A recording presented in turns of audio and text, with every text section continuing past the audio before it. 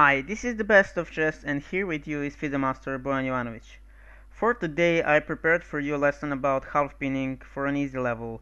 And first I will explain to you the most basic things of half pinning and difference between half pinning and pinning. And I will show you that on the examples, and after we finish this, then we will go on some examples where we can practice tactical elements. And the main motive will be half pinning. Half-pinned piece or pawn is piece or pawn which is protecting some important piece, pawn or square. And piece which is creating half-pinning, like in the pinning, can be queen, rook or bishop. In this example, rook on b7 is creating half-pinning of this bishop on d7 for protection of the queen on e7. And white will try to use this half pinning by playing knight d5, and he's trying to increase pressure on this bishop on d7, and bishop on d7 cannot make a move because this bishop is half pinned for protection of the queen on e7. So only available option for black is to try to protect this bishop once more, and for instance black can do that by playing rook f d8, and after this move this bishop is protected, but also we can see that there exists some bad geometry now between black queen on e7 and black rook on d8, and we should try to use this by playing knight c6. And also by playing knight c6 we are also using at the same time this half pinning of bishop on d7 for the protection of the queen on e7, because in this case black is not able to take this knight on c6, and this is a double attack also, because this knight on c6 is attacking queen and rook at the same time, and black is forced to make a move with his queen, and let's say after queen e8 then knight d8, and white has a big material advantage and probably is going to win this game very easily. Let's go for our next illustrative example. In this example we can see that we have this rook on e1 which can create some half pinning, and we can also see that there is some bad geometry between this bishop on c5 and knight on c8, and we will use it by playing rook c1, and now this bishop on c5 is half pinned for protection of this knight on c8, and the only move for black is to play b6, but after b6 we can use this half pinning and to play d4, sacrificing the pawn for a moment, but after bishop d4 then we are using this attack on this knight on c8, and white is completely winning again. But also sometimes we must to be careful about using half pinning, and now I will show you that on couples of illustrative examples. First we will take a look at this position, and after we take a look in this position we will see this similar position with some small changes. And okay, in this position we can see that we have this half pinning of this knight on f6 for protection of this queen on d8, and we will use it by playing cd5, and after ed5 we will again use this once more. We will use this half pinning of this knight on f6 for protection of this queen on d8 by playing knight d5, and black is not able to recapture this knight on d5 because queen on d8 is hanging in that case. And now we'll take a look at this position with some small changes. Okay, we can see that we have small changes in this position.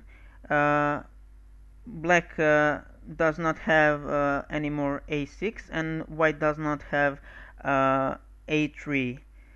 This is small but very important change in the position, and now we will see why we should be very careful when we use half pinning. And okay, again we can see there is some half pinning of this knight on f6 for protection of this queen on d8, and again c d5, e d5, and now white played knight d5 again, but that was a big mistake because now black will use this bad position of king on e1, and black will play knight d5, sacrificing this queen on d8 for a moment. And okay, after bishop d8, which is almost forced, then bishop b4 check, and we can see now that this bad position of king allowed to black to sacrifice this queen by moving this half pinned piece. And okay, after queen d2, which is forced, bishop d2, king d2, king d8, and black has additional knight, and black is completely winning in this position. Now we will see a couple of illustrative examples on this same idea. This is our next illustrative example. Again, we will take a look at this position, and then we will take a look at this position with some small changes. And okay, we can see that in this position there is some bad geometry between this rook on e4 and this queen on g2, and black will try to use it by playing bishop c6, and after this move probably white will have to give up from this rook on e4 if he is not able to create some bigger threat. And in this case white is not able to create some big threat. For instance, after rook g4, black queen is going to fall, so this rook is going to fall in this position. But now we will take a look at this position with some small changes. We have a more or less similar position as before, and we can see that again black is on the move, and white has again bad geometry between this rook on e4 and queen on g2. And okay, if black try to use this bad geometry,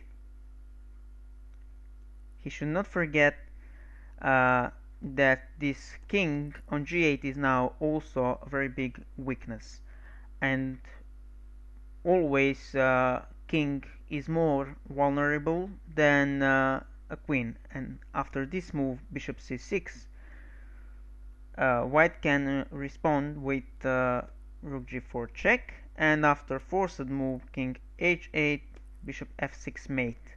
So check and idea of mating black king was a much bigger plus in this position than it was minus attack this queen on g2. So let's see this on couples of more examples, and after that we will go on some practical example to practice this half pinning element. So again we have this half pinning of this rook on e3 for the protection of this queen on g5, and in this position white is on the move, and it is very logical to try to use this bad geometry between this rook and this queen, and white used that by move rook e1, and after this move this rook on e3 cannot be protected anymore, and after, let's say, rook e1, then this queen is going to fall. Now we will go to see this position with small changes, and what will happen in this position if white queen would be on d2. Let's see that on example. In this position we can see that this queen is making half pinning of this rook on e3 for protection of this queen on g5, but also we can see that this queen on d2 is not protected anymore. And okay, now we will see if what will happen if white continue to play like in the previous example. And okay, rook e1, and now we can see that if we take a look from black perspective, and we will immediately do that, we can see that from black perspective this half pinning is also some kind of battery for discover attack, and we can easily see that after move rook a3 this is discovered attack on white queen, and we can take this queen after ba3, queen d2, and now black is winning. So we should be very careful when we are using this half pinning. And we will see now a last illustrative example for today, and then we will go to some practical examples. In this position white is on the move, and we can see that black created the half pinning of this knight on f3 for protection of this queen on d1 by playing bishop g4. And now we will see a very strong and very beautiful idea of sacrificing this queen on d1 for mating attack. And okay, that we will achieve by playing knight e5. And again we can see how this half pinning can be very dangerous for both of sides. So we should be really careful when we are using this tactical element. And okay, after knight e5 black has two options. This bishop on g4 is hanging, also a check on f7 is hanging, and if black try to take this knight on e5, then after queen g4 white is one pawn up and much better. So after bishop d1, which is idea of move bishop g4, white can play bishop f7, and after forced move king e7, this beautiful mate after knight d5.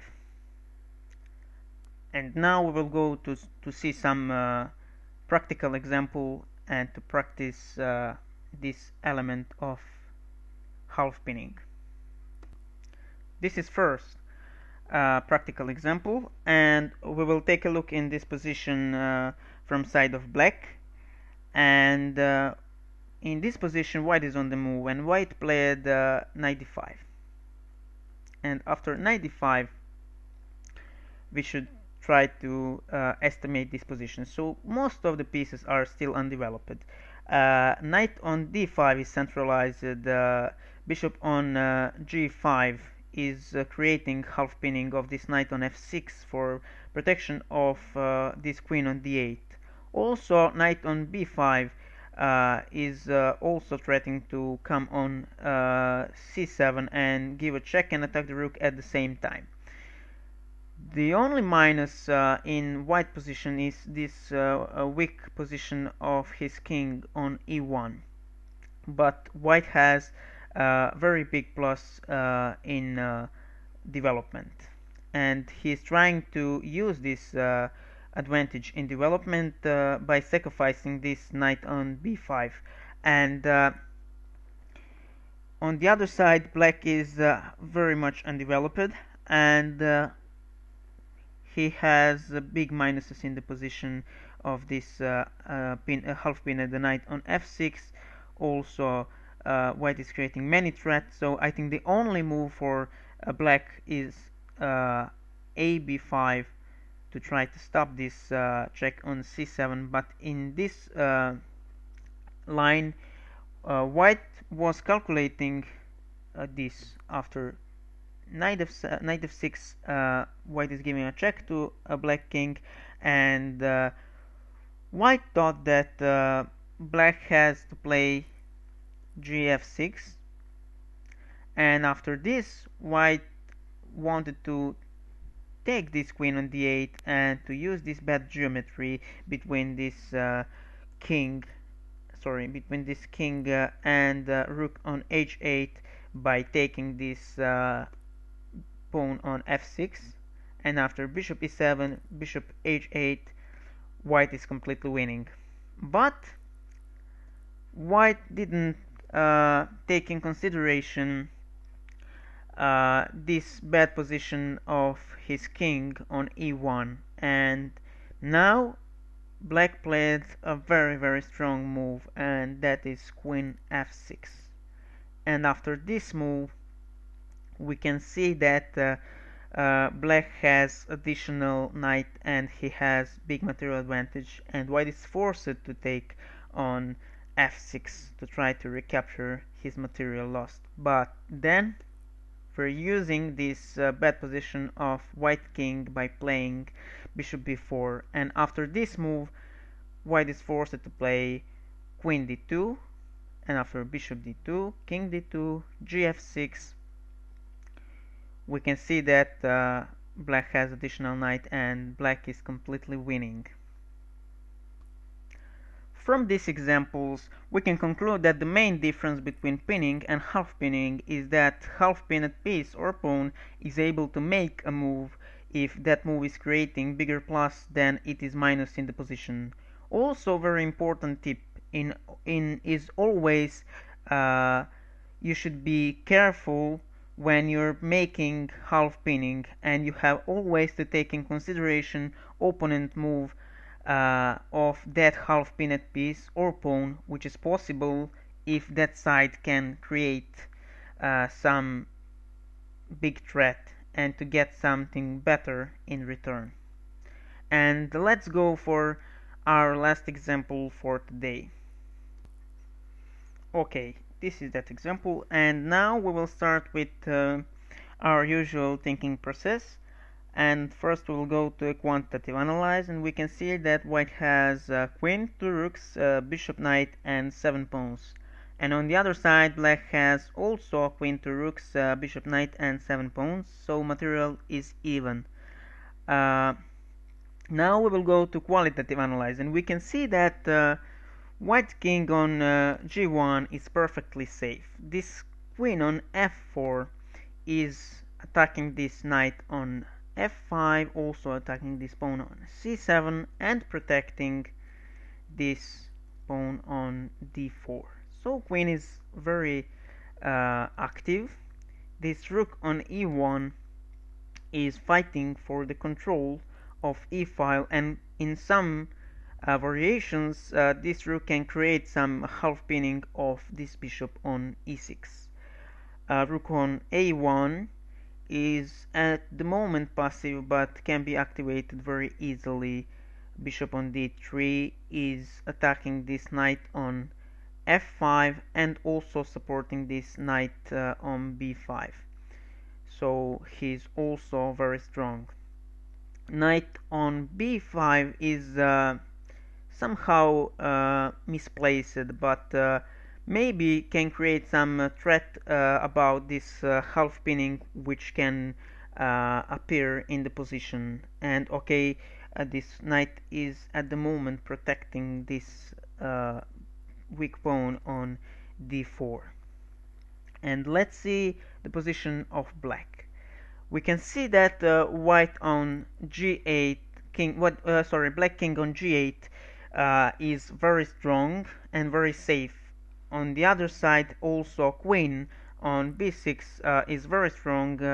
This queen is attacking this weak pawn on d4, also attacking this pawn on b2, sorry, through this knight on b5,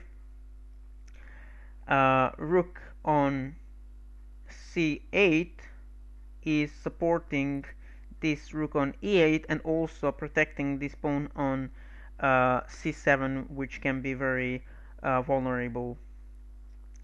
Rook on e8 is fighting for control on the e file, and at some variation this rook can be object of attack. This bishop on e6 is somehow very weak and very defensive. This bishop is protecting this pawn on d5, also protecting this knight on f5, but this passive position of this bishop is not so good. Knight on f5 is at the moment attacking this d4, but also this can become object of attack very easily. And now we should try to find some plan how to continue this game. And one of the plan can be to protect this b2 pawn, to prevent this threat by playing rook ab1. Another plan can be to continue to develop our pieces by playing rook e2, but then after c6 there is some trouble on the b2, so rook ab1 is better than rook e1, sorry, rook e2. And instead of these options, also white can try to create this half pinning by deflecting this rook from c8. And how he can manage to do that?